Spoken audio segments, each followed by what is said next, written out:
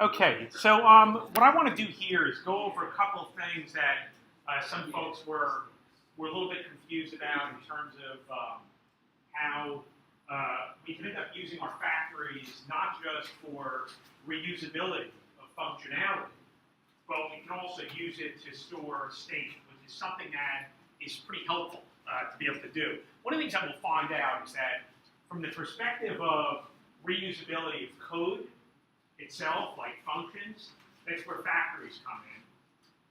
Where we want to reuse UI, this is where directives come in. This we haven't actually done yet.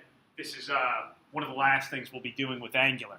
The other thing is that, again, I think it's perfectly legitimate to create a new site. I think at this point that you could do it.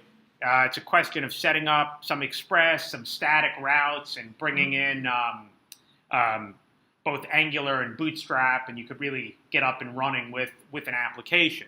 Another way that you could sort of test things out, and I'm not going to be doing anything with live data here, but I'm going to go over here, and I'm on JSBin, and I'm going to bring in Bootstrap. Let me actually just open up my HTML here so I could see it. And the other library that I'm going to end up bringing in here is going to be Angular. And my sort of sanity check here to make sure that I have everything that I need is to go in here, and I see that I'm getting an error message. Let me just see if I can console.clear. Okay, so I always like to do that, or else everything sort of stays in the console. And what I'm going to do here is on the body of my page. First of all, let me move this up. Something looks a little bit screwy here. So this is my, So this ended up getting put in here a little bit weird. I'm going to put this, make sure all this stuff is in the head of my document. Here's Angular. And let me bring in these other script tags here. And just sort of a sanity check. If I said console.log Angular, I should find something. And what I'm going to do here is I'm going to build a quick Angular app. I'm going to say Angular module. I'm going to call this app. I'm going to give it some second parameter, so it'll end up creating the app. And once I end up doing that, and I go in here and I say ng app equals app, my quick sanity check is just to go in there and put some expression in there and see that I don't get those braces, meaning that Angular ended up interpolating it. Angular ended up modifying the DOM because Angular sees that as an Angular expression.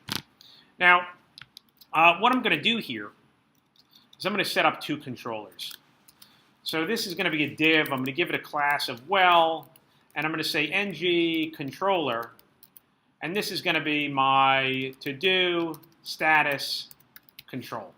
I sort of did something like this before, but again, I'm just going to do it on JSBin to just clarify this a little bit. And again, I'll get error messages here because it doesn't see that controller, but I'll go over here and do controller, to-do, status, control, and the second I do this, that error will end up going away. Now, let's assume that I'm going to be getting some data from a service. Again, we want to keep our controllers pretty light. If I go and I start reviewing your project and I see that we have HTTP calls within our controllers, this would be the equivalent of making direct database calls within our routes, right? We end up letting our models make the database calls. We try to keep our routes pretty thin. We're going to try to keep our controllers pretty thin. So once I go over here, I'm going to inject a service that doesn't exist. So I'll say I have a service called to-do service. And if I want to get this to just get that error to go away, I could say factory to-do service. And as long as I end up not just passing a function here, but the other takeaway for a factory, I've got to return something. Okay? So that'll make that error go away as well. Now, in a real-world application, we'd be getting our to-dos from a database. Instead of getting them from a database, what I'm going to do is that I'm going to assume that my to-do service has some kind of find all, which it doesn't have, which is going to return a function, which is going to return a promise, which is going to give me my to-dos. And I'm going to go over here and I will say scope.todos equals to-dos. Right? None of this exists, and also if I'm going to do this, I need to also inject my my scope as well. And I could get this to pass by doing a find all, and not just putting a function here, but don't forget I'm assuming that this is going to return a promise, because in the real world I'd be getting this from a database and it would return a promise. But I'm going to sort of fake out a promise here by bringing in a library that comes with Angular, which is the Q library. And what I can do is I can create a promise by saying Q defer return DFD promise. It'll make my errors go away, but I'm not actually returning any to-dos. And I'm going to go over here, and I'm going to assume that I have some to-do collection that I'm going to be storing as in state. Very, very important to note that the same way that modules in Node only load once, factories in Angular only load once. So that gives me the ability to basically store things in this factory. And with the magic of Clojure, I could return this data. So I'm going to put in two to-dos. I'm going to keep this really simple. I'm going to have two to-dos with a name of foo and another name of bar. And when I go over here, I'm going to say DFD resolve, and I'm going to pass my to-dos. Okay? At which point, let's assume that what I actually am going to do here is just show in my status scope to-dos dot length. And just to maybe put a message here, not scope, I don't know why I wrote scope, write to-dos dot length, and I'll just put in you have blank things to do. Okay? Now I'm going to put a separate controller underneath it. And the separate controller that I'm going to put underneath it is going to be a div. I'm going to call this to-do list control. And let's assume that this is going to have, I'm going to create a list, ul class list group. And let's assume that, even though I don't have it yet, I'm just going to do an ng repeat. And this is going to be to do in to-dos. And let's assume that I have a name on each of these to-dos, which I will have. Okay? Does that div class have to be Yeah, controlled? this actually, yeah, it's this, I'm sorry, this is going to be ng controller. And this will give me an error here, but let's go in here and fill this in. Again, in a real-world application, you'd have this stuff in multiple files. The only thing that's important is that your app is going to have to load before those other files. So if I go in here and I say controller, and I'm going to say to-do list control, just putting this function here is going to make these errors disappear. And I'm going to do the same thing that I have up here, which is my find all up here. And I'm going to need to inject my to-do service and also my scope. So I've got my to-do service find all and injector to-do service, it's to-do service, right? Usually singular, same as we're doing with our models. So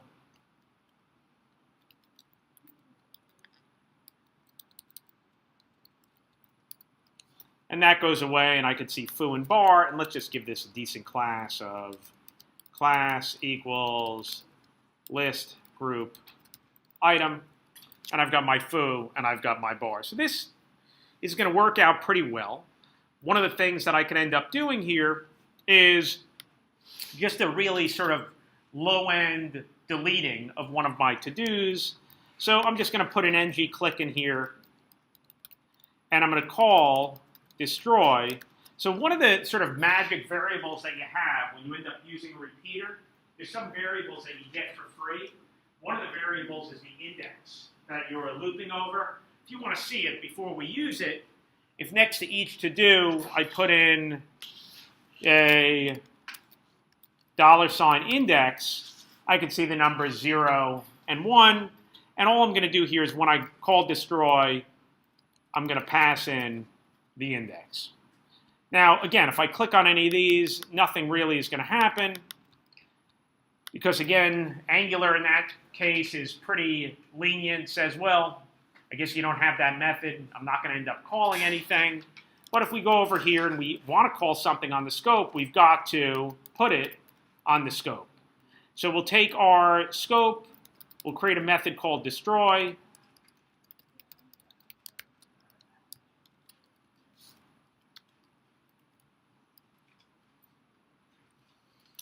We'll put an IDX, and I'll do console.log IDX. So now I should just see 1 and 0. So again, what we want to do is we want to let our service be responsible for doing the deleting of our to-dos. So again, we're calling this in the controller, but let's go to our service. And again, let's keep this simple. We don't even have any IDs. We're just going to delete at the index that we ended up clicking on. So I'm going to go over here, and I'll specify that I'm going to have my to-do service destroy, and I'm going to pass the IDX in here. And I'm not even going to be concerned with a success because, again, what I'm banking on is the one source of truth, okay? The one source of truth means that my service is going to be always, whenever I ask it to find all, it's giving me a collection of to-dos, and that's the collection that I'm going to end up manipulating, okay? And since that's on the scope, when someone ends up clicking on something, it looks at the scope and says, hey, look, did this value change? If it ended up changing, it ends up changing the DOM. So I'm going to be only concerned if I have an error here, and if I have an error here, I'm going to do a catch. Of course, this doesn't exist yet anyway. We'll have to create it. But maybe I would just go over here and say console.log error, and we could actually test out whether or not we could actually generate an error the same way that we could generate a resolve. And what I'm going to do here is if I click on this, I'll get an error because at this point, right, that's different than putting a method on the scope. Here I'm being very clear, hey, look, this to-do service has a method called destroy, which it doesn't have. So let me go back to my controller, my service, and let me create a destroy method. In this destroy method, I'm just going to pass in this index. And again, this is going to be expecting a promise. So if I go over here and I say dfd equals $Q defer. So again, this is a different pattern from our Bluebird library where I do a new promise. Here I create a deferred object. This is actually closer than we ended up to the thing we ended up doing with the workshop. I return dfd.promise. At this point, nothing is going to break, but nothing will happen either. Just to show you, if I want to just sort of fake out an error, if I say dfd reject hello, what I should see is my error pop up because, again, I'm sort of specifying that this is not going to succeed, it's going to fail, in which case, you know, I might want to, when I catch that, I want to really catch that the same way, right? Same thing, just think about it. It's the same way that we end up catching and calling next on our routers on the server side, right? We end up catching it on the controller side. We don't want to bury it inside of our service classes. We want to catch it because ideally we would display some kind of error message out here. Now, I don't really expect to get an error. What I really want to do here is go over here and say to-dos, which I have stored here. They're available to me. And I'm going to splice at the index 1. Okay? Now when I click on this, I get this. Okay? So again, the big takeaway here, again, just using, not getting really fancy, just dealing with data that's in memory here, right? What's happening, the reason why this works, again, notice I'm not doing anything here. But the bottom line is that I am returning an object here, okay? I'm returning an object here, and I'm manipulating the same object up here, okay? Again, this is very, very easy to do if I'm just storing my collection in memory, okay? But if I was getting my data from the server, the only thing that I would do differently here is that I would end up storing my to-dos as an array, and when I went up to the server and I ended up getting my results from the server, I would copy that data that I got into the server from that array. I want that array, just like it is here, to be the source of truth. Now, let's see, this works. So you might look and say, well, you know, that's not all that complicated. That works, but let's change things a little bit. What I'm going to do here is I'm going to create another method, find all copy. And what this is going to do is instead of having my source of truth being this to-dos, what I'm going to do is I'm going to return this find all. That's going to give me some to-dos, right? And then what I'm going to do, once I end up getting these to-dos back, I'm going to return to-dos dot map. So a map function will transform an array, right?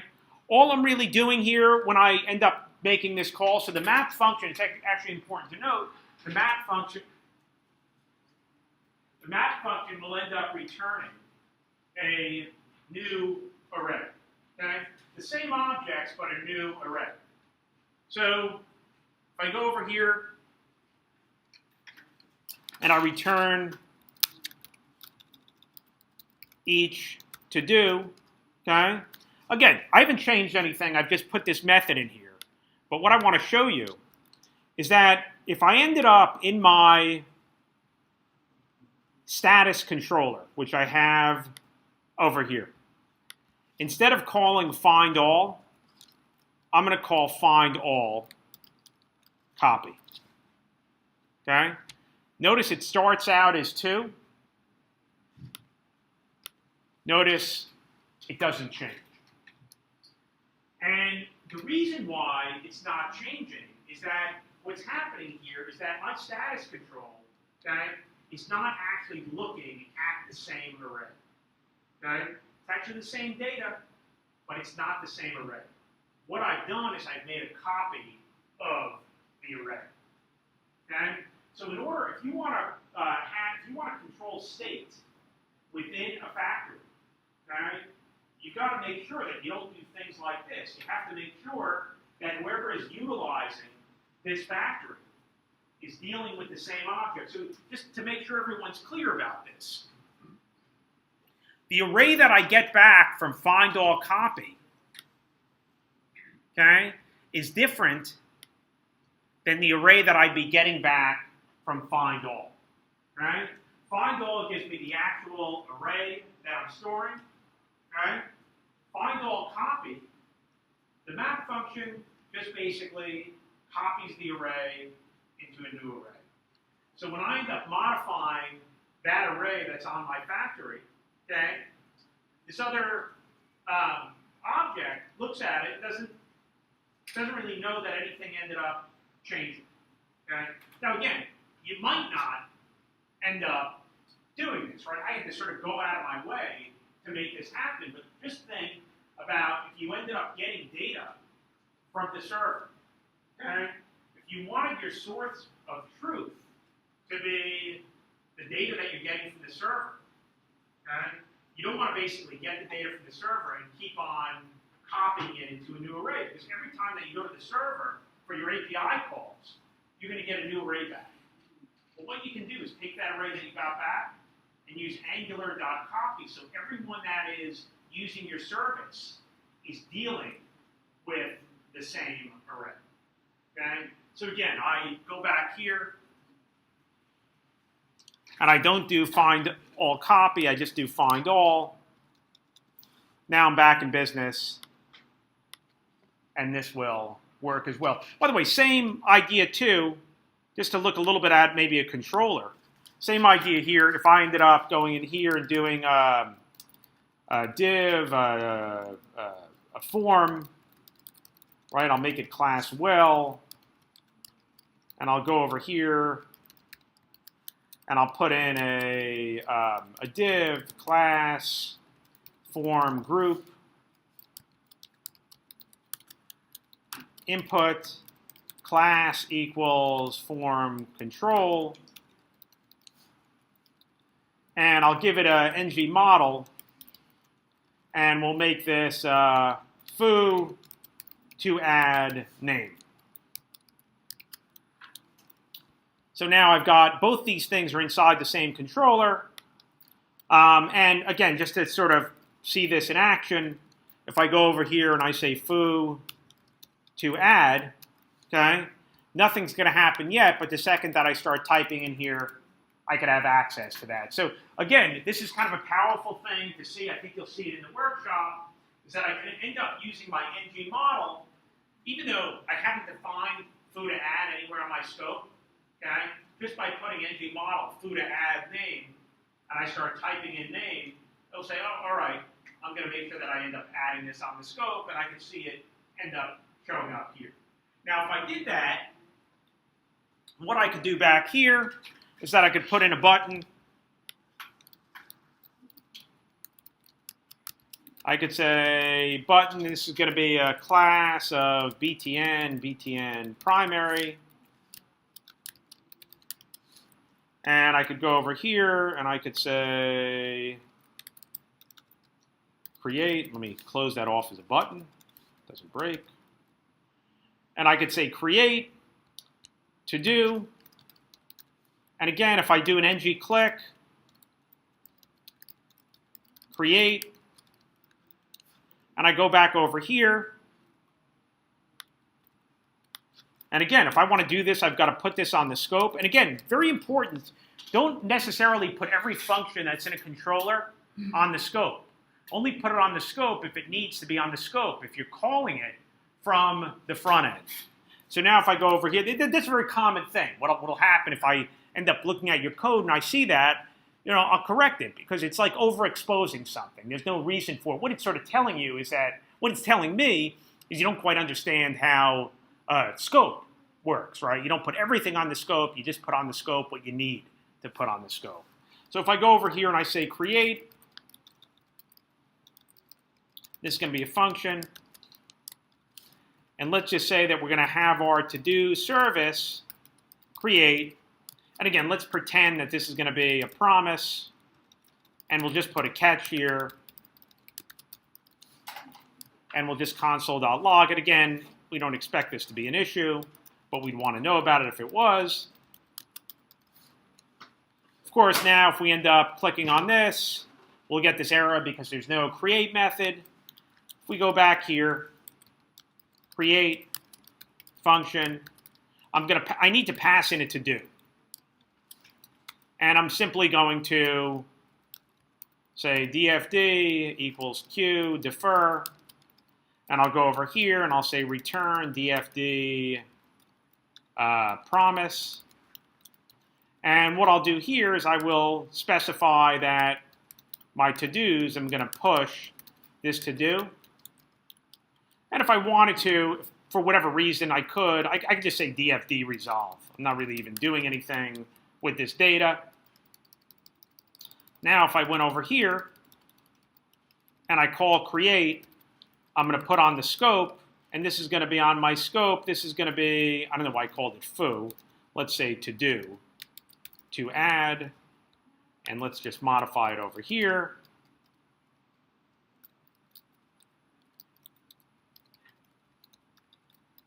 To do, to add, and let's also do some of the stuff that you'll do in the workshop. We'll say ng disabled, and we'll say it's disabled if we'll have some form, which doesn't exist yet, invalid. Okay?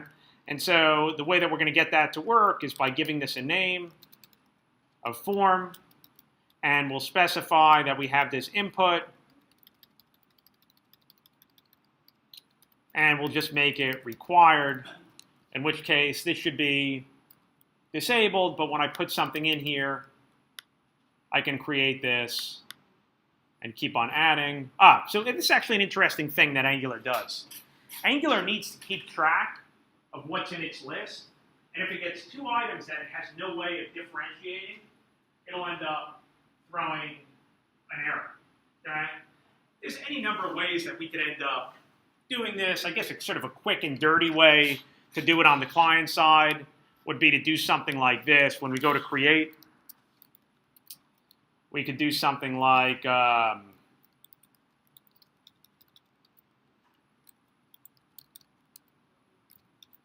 existing, and we'll take our to-dos and we'll filter them. We'll get a to-do back. So filter will filter an array. Okay, it actually will give us a new array as well, and we'll just filter. What do we want to filter as? And let's name this properly. Give myself a little bit of room to work here. So when I go over here and I say to-dos filter, let's call this to-do. And what do I want to filter on? Return to-do dot name is equal to the to-do that we sent in there, its name. And I'll go over here and I'll say if existing dot length, then we will DFD reject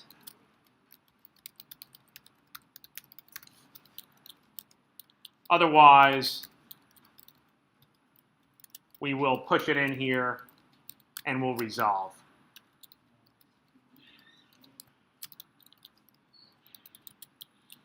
So now, if in fact this already exists here, which should happen, if we do that and we do that again, we'll get that error message that already exists, and it will protect us from getting that duplicate error. If you ever see that duplicate error, it's because you have two things. Again, Angular is trying to keep track of what's on your inside of a repeater, and if the objects basically are exactly the same, it can't do it. Usually they're not exactly the same, because usually you're going to get your data from the database, and you're going to have some ID associated with it, so you wouldn't end up getting that. But again, the big takeaway here is that I can sort of break this functionality when instead of returning the same object, the same array, I return a copy of the array. And that's going to end up breaking the functionality, and that's what I want to try to avoid. Does that make sense to people? Right? I'm storing state. So, again, you have to go off a couple of times in your head. Source of truth. Okay? I want my service to hang on to that source of truth, and I want to return that source of truth. That source of truth is, in this case, is my underscore to-dos collection. If I was getting the data from a database and I was making a call to the server, I still would have an underscore to-dos. It would be an array, and whatever I got back from the server, I would end up copying into that array. Can you get away without doing it? Sure, you can get away without doing it, but this is a nice feature to have in this idea of having this source of truth that ends up coming from your service, okay? As you look at other frameworks, and I'm thinking about in particular with React, React has that concept of basically a source of truth. And so you tell your service to do something, and the thing about it is that your controller becomes light as could be, right? If you look at your controller here, it's basically just almost concerned with just catching errors. it works because I'm dealing with the same array in memory in my service, okay? It's not memory on the server side, it's memory that's on the client side. When you use resolve, basically using the same function anyway, so it's doing the same thing. When I use resolve, tell me what you mean. Because you're using that find all again in resolve, putting the state, that's still using the same copy of the array. It's using the same array. It's a new promise, but that promise always returns the same array. Right? Find all is always going to end up returning the same array. The key is the same array, right? Not the same promise. It's a new promise every time I call it, but it's a new promise that returns the same array. Before we're using the Angular copy. Yeah, but only because we had data that was coming from the server. Yeah, so that was my when we didn't use Angular copy, we just equaled it, like the response data, sorry, regions equals response dot data, whatever. Right. What does that do? Like, it overrides the reference, or It copies it into that, again, source of truth. Okay? When I do angular.copy, okay, it copies into the source of truth that I have in my service. so when you don't do it, When you don't do it, it basically creates a new one. It's the exact same thing that we ended up doing with when we did a copy. It does the same thing that we ended up doing with a copy. It gives you a new array, so it can't tell you're not dealing with the same source of truth.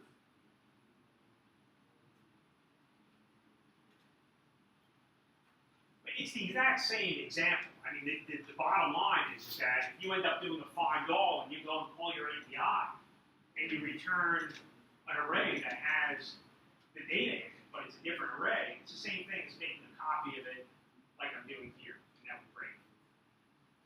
where's the new array? Sorry. Well,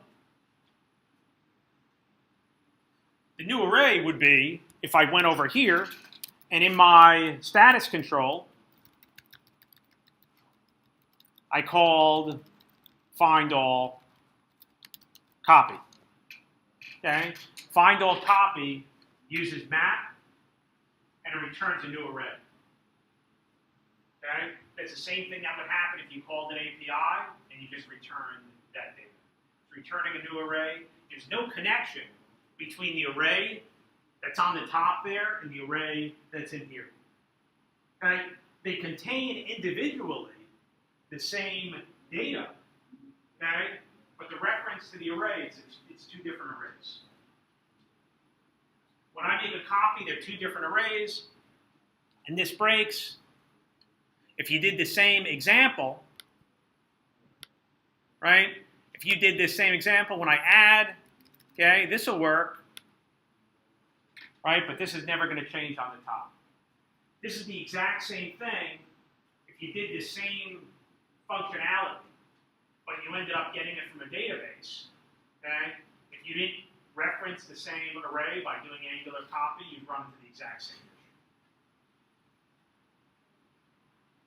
It's got to be the same array. Source of truth, okay? Now there are two different arrays because when I ask this control, in this control, when I ask the service to give me the data, okay, it looks at the underlying array, but it gives me a new array. Okay? Find all gives me the actual array itself. And when I do that, that means that the scope here and the scope here are looking at the same array.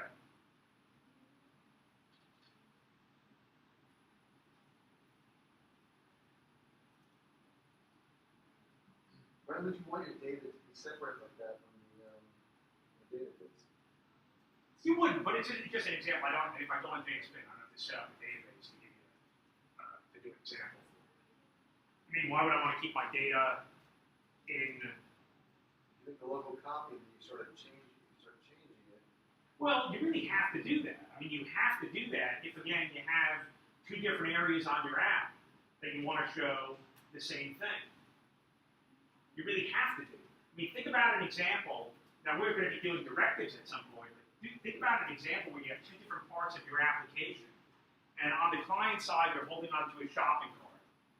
Okay, and you're adding things to the shopping cart.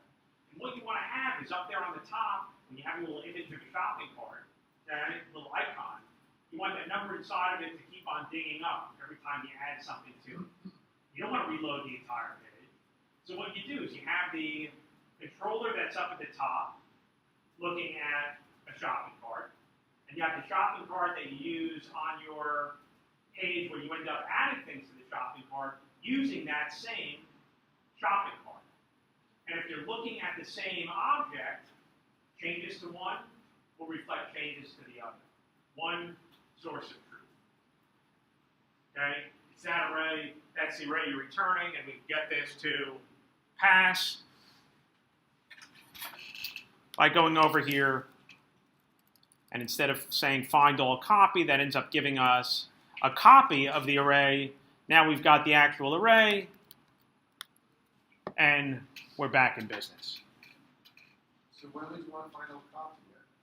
When would you want to use it? What I'm getting at is that if you end up basically making an API call, and you don't end up copying it into an array that's in memory, in equivalent, what you're actually doing is making a copy. You might not be meaning to make a copy, okay? But you're doing the same thing as, and again, it's not, I'm not necessarily saying create a copy. I'm saying you want one source of truth. You want one array. And that's what the Angular copy allows you to do. Wait, so when you assign just by the equals, just assign an operator, one array by name to another array by name, you're assigning the reference of the second array to the same object. That's exactly correct. Right. Isn't array.copy like the complete opposite of that? Isn't it like it's making a neat copy of two totally Array.copy, what I want there is I want one array, okay? I want a copy, I want one source of truth, okay? In memory, I want to have this array. Like, let's take a look at it. Let's take a look at the example that we have up on GitHub.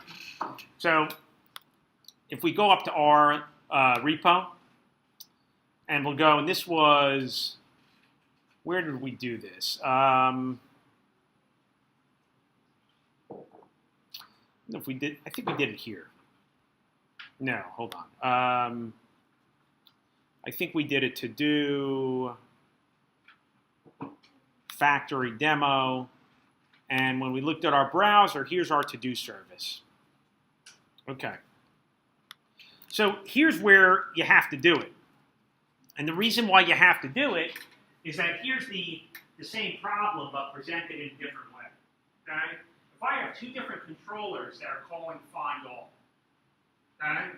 If I didn't end up copying my data into my source of truth, which is to-dos, okay? If I didn't end up copying it, then would those two controllers that ended up calling find all would be looking at two separate arrays, okay? It would almost be like the example of me making a copy of the array.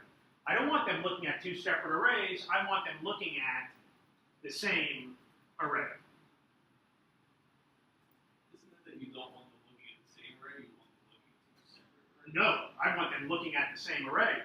Because whenever I call this, I get result.data. Every time I call this, every time I call find all, I get a new array. I get a brand new array. Okay? I don't want a brand new array. I want the data from that array, but I want one source of truth because my factory can hold state. But I think the confusion is if to-dos equals results.data overwrites the reference of to-dos. It doesn't overwrite the reference. Okay, so that was the question. Right. Because I'm making a copy of it. It doesn't overwrite the reference. This doesn't. Right. So if you use the equal sign, it would. If I use the equal sign, it would. That's right. Okay? So what I want to do here, again, what I'm getting at here, the same way that I had the contrived example, okay?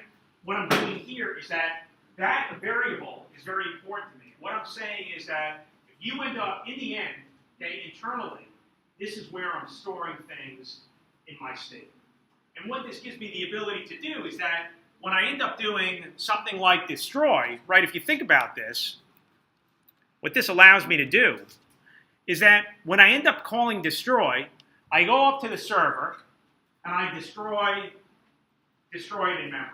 Excuse me, I destroy it in the database. Okay? But I also want to destroy it for the users that have called find all and might be hanging on to a copy of find all, okay, the different controllers that might have used it. In this case, I have 2 different controllers that are using it. So after I end up deleting it here, okay, I look in my to-dos, okay, I find the index of this to-do that I ended up passing in here, and I end up splicing it. Okay, again, to-dos, that's my source of truth. Okay, when I end up going to create, okay, in this case, when I go to create, I post, okay, so now it's in the database. I come back, I take my to-dos, okay, which other controllers might be hanging on to if they called find all, because I've always copied it into that to-dos array, okay, and they'll see that change. So if I had another controller that had a status, okay, and was using those to-dos and looking at the length of the to-dos, that would end up being correct as well. Is it that the first control, like the status controller, only instantiates scope to-dos once, so it's pointing to one reference, and then so if you try to do another call that has a new reference, and you try to override it, the first status controller is still only looking at the initial reference. So that's why you have to. Yeah, it's not initial. It's just different. Okay, it's just different. You can't talk about timing because you don't know what the timing is going to be. Okay, you can't say it's first, it's second, it's third. You don't know. Okay, there's no guarantee that a controller that's on the top, that's first in line, okay, is going to be the fastest one to get the results in. You don't know. I don't mean the order. I mean it's only instantiated once. So the scope dot to use for that controller, status controller, is only once. So it's pointing to one reference. And then if your other 2D controller gets called multiple times and it's pointing to multiple references or new references, the initial one doesn't change. So that's why it ought to say. That's why you can point gets to a copy the same reference that your controller, status controller knows to look at the record. I don't know. That explanation doesn't help me all that much. It might be totally accurate, but my answer is, if you want these things to be in sync, you've got to return the same object. That's just what it is. I mean, again, if you have an object that's on the scope, okay, and that object ends up changing, Angular will change your DOM. And that's what you want to have happen. If they're separate objects, Angular's not going to make that connection. I guess the reason too is like in your other to-do controller, everything works, right? If you didn't need a copy, it's only when you have 2 separate. That's exactly correct. That's exactly correct. Okay? Think about a shopping cart. Okay? Think about a shopping cart that has items in it. Okay? You might want to have that on all the different pages of your application, which we will when we end up, looking at that during senior phase. In which case, you want to keep track of that object. And you want to keep track of that shopping cart the same way we're keeping track of these to-dos by copy. You have a question? I was just going to say that the way that kind of makes sense for me to think about it was just that Angular.copy is going to keep the reference of result.data to be separate, which is what you want, because result.data is going to be not something you want the source of truth to use this to be wrapped up in, to have that be able to change. Yeah, in the end, I want one array. Okay? Because again, you're right. If I didn't have other controllers that was looking at this, wouldn't make a bit of difference. Okay? But again, these are the things that you end up doing where you say, hey, look, here's my controller, here's where I'm adding things. Well, it's showing up here, how come it's not showing up here? And that's usually that you have these. There's other ways to solve that problem, too. I mean, you could end up doing something on your scope to make find all end up getting called twice or something along those lines. But again, there's no reason to do that. Again, if you understand this whole idea of this, the source of truth, and the fact that you're dealing with one object, it's going to end up making your life a little bit easier. There are other ways to get around it, but why bother? Right? This Angular.copy is a very useful tool to have, And again, the whole idea, again, the big takeaway is that you're not only using your service to encapsulate methods, you're using your service to store your data. Right? And again, you could have that status controller load on one page, but then we did states. Maybe status controllers can end up loading on another page. It would still be accurate. All right? Oh, that's me. I'm sorry. Okay, so I think that's going to do it for this. So you guys could get back into the workshop.